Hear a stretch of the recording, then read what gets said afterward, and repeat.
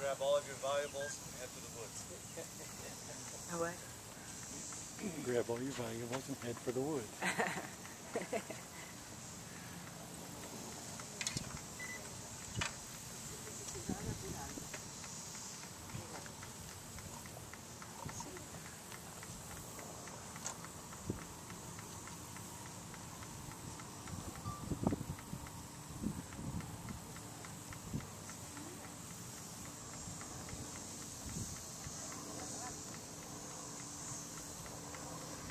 It's always firing that powder. Yeah. Just make it kaboom. Castillo de San Marcos never fell in battle, but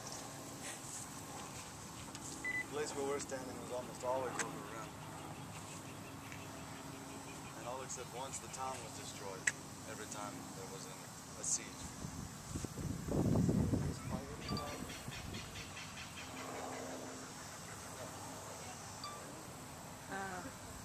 Keep the fire from the sun.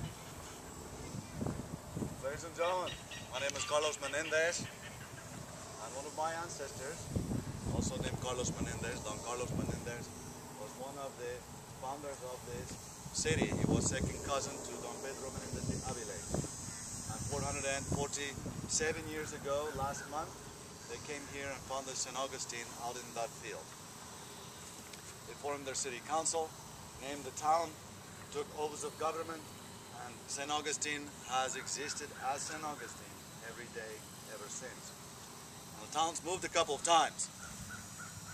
Those 8 shapes out on that field designate the original 8 Spanish buildings that were built by the Spanish between September 8, 1565 and May 18, 1566. They are directly over the original remains that are anywhere from 1 to 2 feet underground, covered in plastic and then earth. It's the only way to preserve them.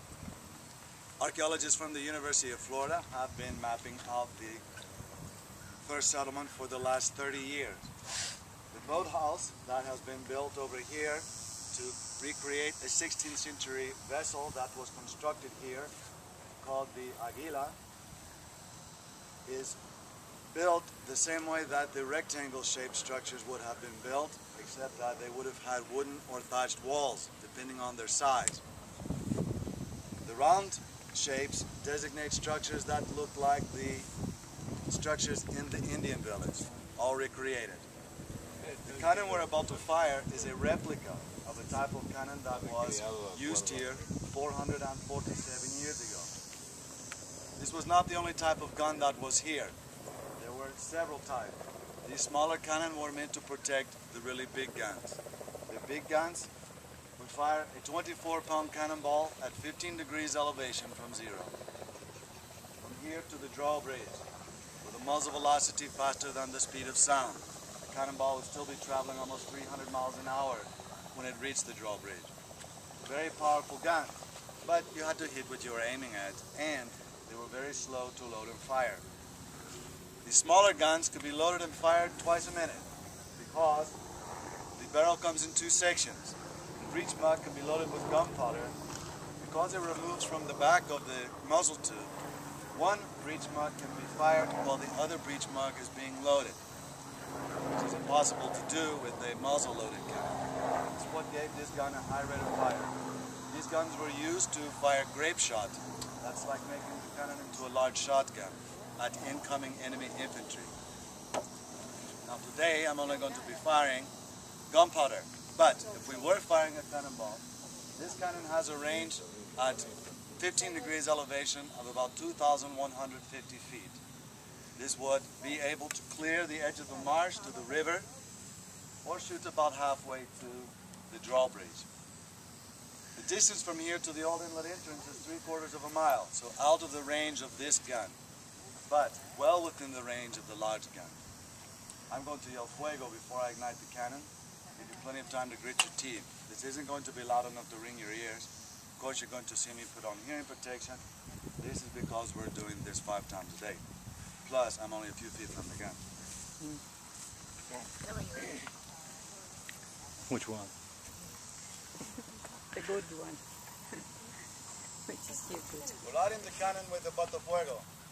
This cord that you saw me light with magnifying glass. It's been soaked in a solution of water and nitrate. The modern name of nitrate is potassium nitrate. It allows the cord to burn without going out. It provides a ready source of heat, as you'll soon see, hot enough to ignite the gunpowder without the danger of an open flame.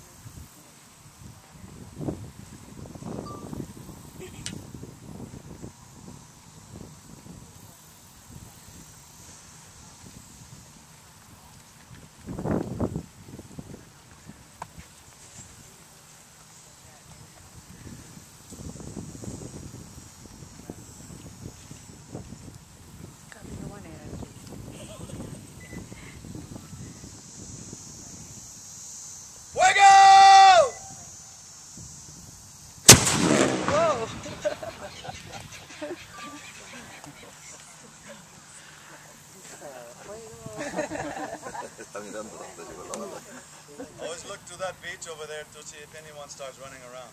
Right? It's an ongoing battle. Awesome. Glad you showed up. Awesome. Please enjoy the rest of your stay. Thank you. Very much. Very kind considering I didn't hit anything. If you have any questions about the first Solomon signs or the artillery, please feel free to stay and ask. Enjoy the rest of your stay.